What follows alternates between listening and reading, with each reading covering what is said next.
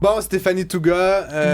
Bon, Francis Gosselin. Là, les agents de bord, là, ils veulent des millions de dollars, puis on va leur donner, hein, parce que franchement, sinon.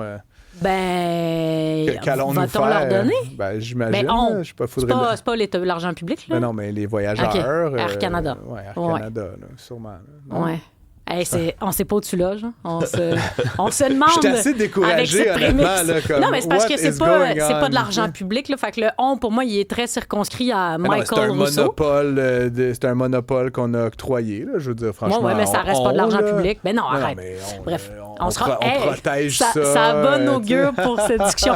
Mais bon, fait en gros, mettons qu'on prend un petit pas de recul et analysons-le du point de vue de la politique. J'ai envie puis on peut parler des conditions de travail. Toi et moi, on sera peut-être d'accord ou pas sur certains éléments, mais je veux qu'on parle aussi de la démarche gouvernementale.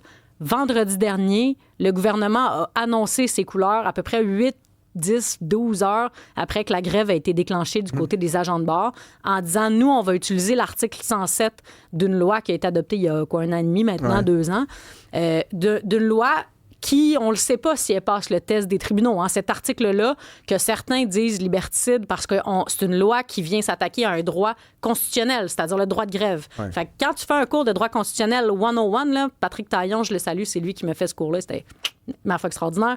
Mais tes droits constitutionnels sont ici, là, au top de la pyramide, très, très, très, très haut. Et ensuite, on a des lois, et ensuite, on a des règlements, et ensuite, on a des décrets. Il y a quand même des exceptions, là, genre service essentiel, puis tout ça. Là, en fait, non, il n'y a pas d'exception. La loi, c'est toujours plus bas hiérarchiquement au niveau du droit, en dessous de la Constitution. La Cour suprême n'a pas validé là, qu'il y avait dans certains cas ou certains types d'activités, certaines industries là, qui pouvaient être comme avoir des limitations. Là tu parles du droit de grève. Là. Oui, d'accord. Moi, je parle vraiment juste dans la pyramide juridique de la chose. Okay?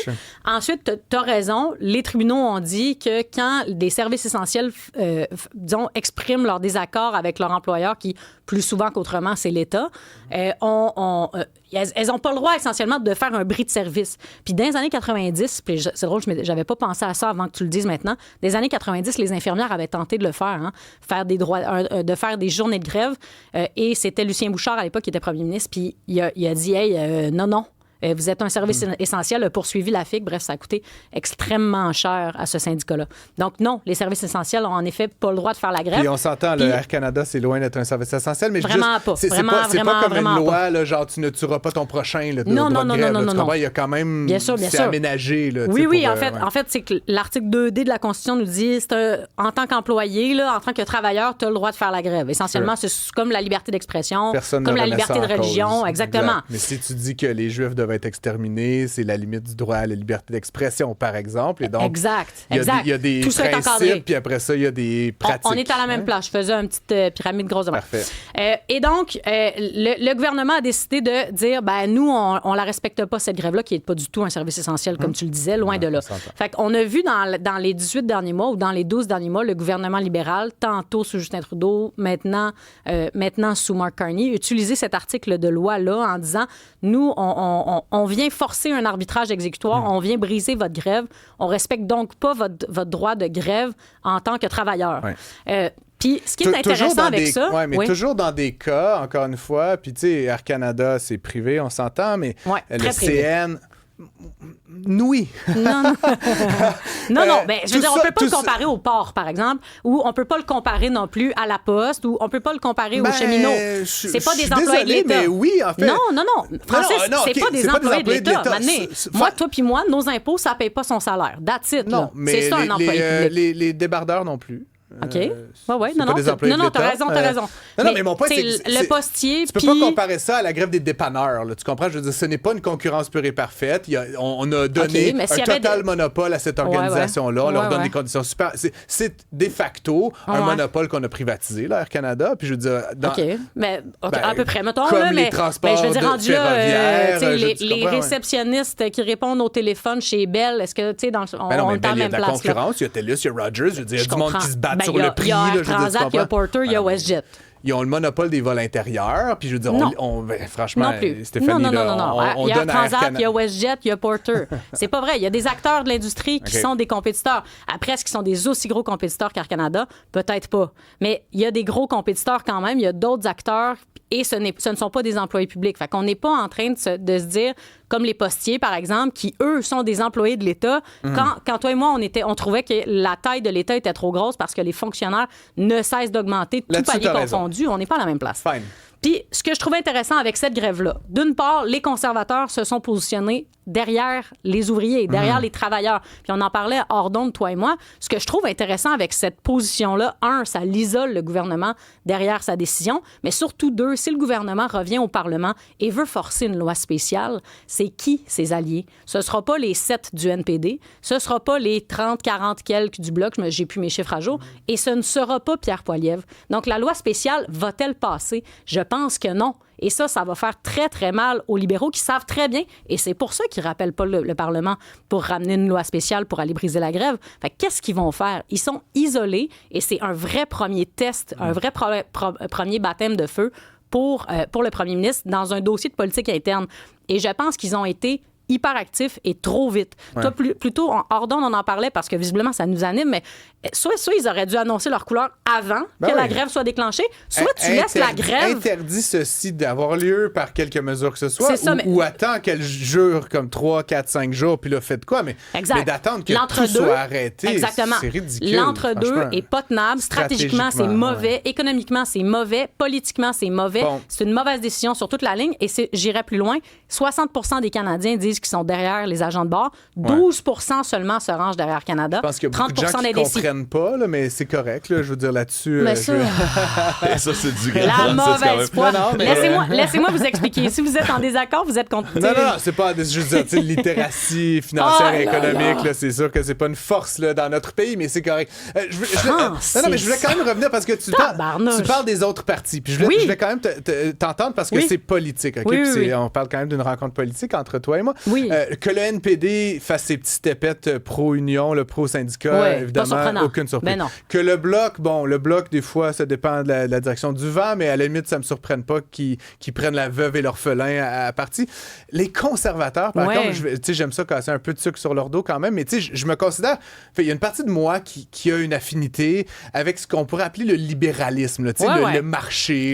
Le centre-droit économique. Les conservateurs, c'est ça. Tu comprends? C'est le marché. C'est de dire, on va encourager l'entreprise, puis on va... Tu comprends ce que je veux dire? Puis on peut être pour ou contre tout ça, mais je trouve juste ça drôle, tu sais. Puis là, je lisais notamment le ministre fantôme de l'Emploi qui fait une sortie contre, évidemment, Mark Carney et son équipe et qui dit les corporate bodies des libéraux. Je suis comme, tu me niaises? Genre, depuis quand, toi, t'es sur le conservateur, t'es sur le piquet de grève en train de proposer des programmes sociaux puis de meilleures rémunérations? Comme, mais tu ça, c'est intéressant, Francis. Je veux dire, t'es qui, toi, conservateur? Mais c'est quelque chose qu'on observe, tu trouves pas, depuis quelques années? Parce que je dirais même une certaine décennie, là, puis souvent, on parle de la France, toi et moi, mais on peut parler aussi des États-Unis. La droite...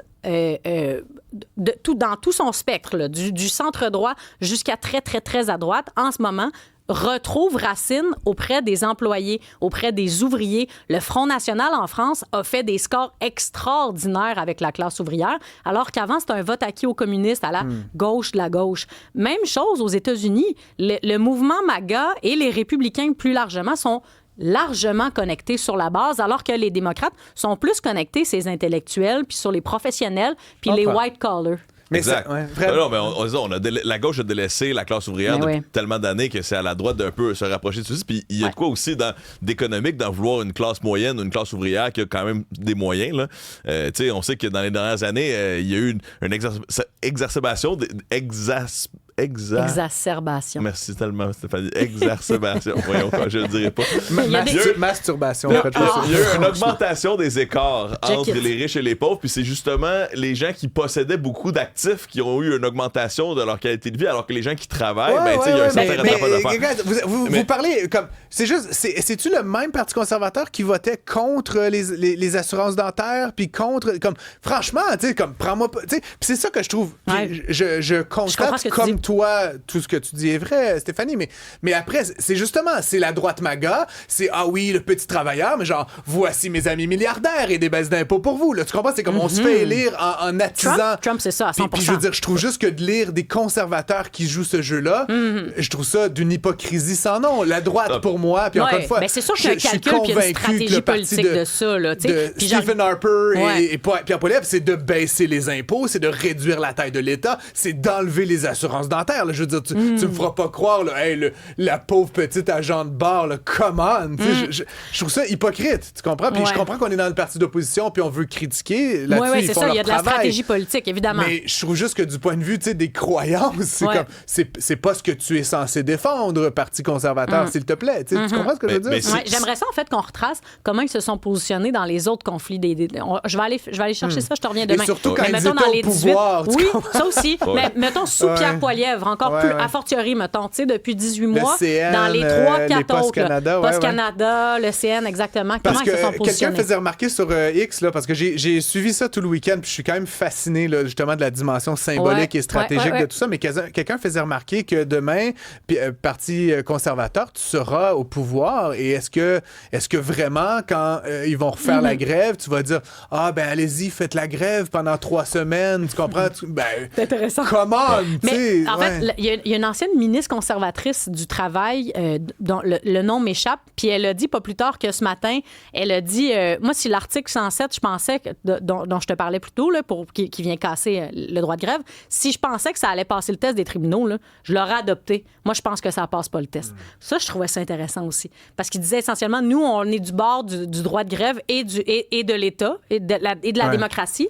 Puis vous, les libéraux, vous ne l'êtes pas. Fait que je trouve qu'il force les libéraux à se commettre et à passer d'un rouge à une espèce de mauve un peu terne, là, tu sais, un peu de bleu conservateur dans le rouge libéral. Fait que, est-ce que Mark Carney sera un premier ministre plutôt mauve, un peu moins rouge? Inversement, quand j'entends des sorties comme ça des conservateurs, je me demande si les bleus sont pas en train de devenir rouges. Donc, tu sais, on se retrouve avec ben du mauve, finalement. Un mélange des genres. À la Doug Ford, le Red Tory, tu sais, les gens qui se cachent sous des faux atas.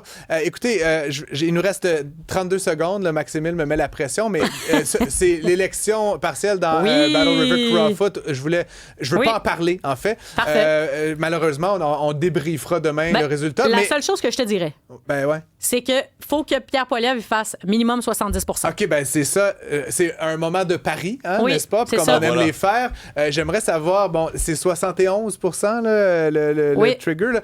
Est-ce qu'il va avoir 71%? Je pense que non? Mais il n'atteindra pas le 80, je pense. Okay. Mais il va être à quelque part entre 70 et 80. C'est comme la note de passage. Mettons, 72, 73%. Pourquoi, pour le bénéfice de nos auditeurs, pourquoi le 71%? Parce que le pire résultat des conservateurs dans cette circonscription, c'est 71%. Je pense que c'est en 2015, l'année où Trudeau a été élu. Et depuis et avant, ils ont fait 80% de manière constante. Donc la question, est-ce que Pierre Poilievre se ramasse avec un 68%, ce qui serait comme quand même une... C'est sûr qu'il va être élu, là, selon toute vraisemblance.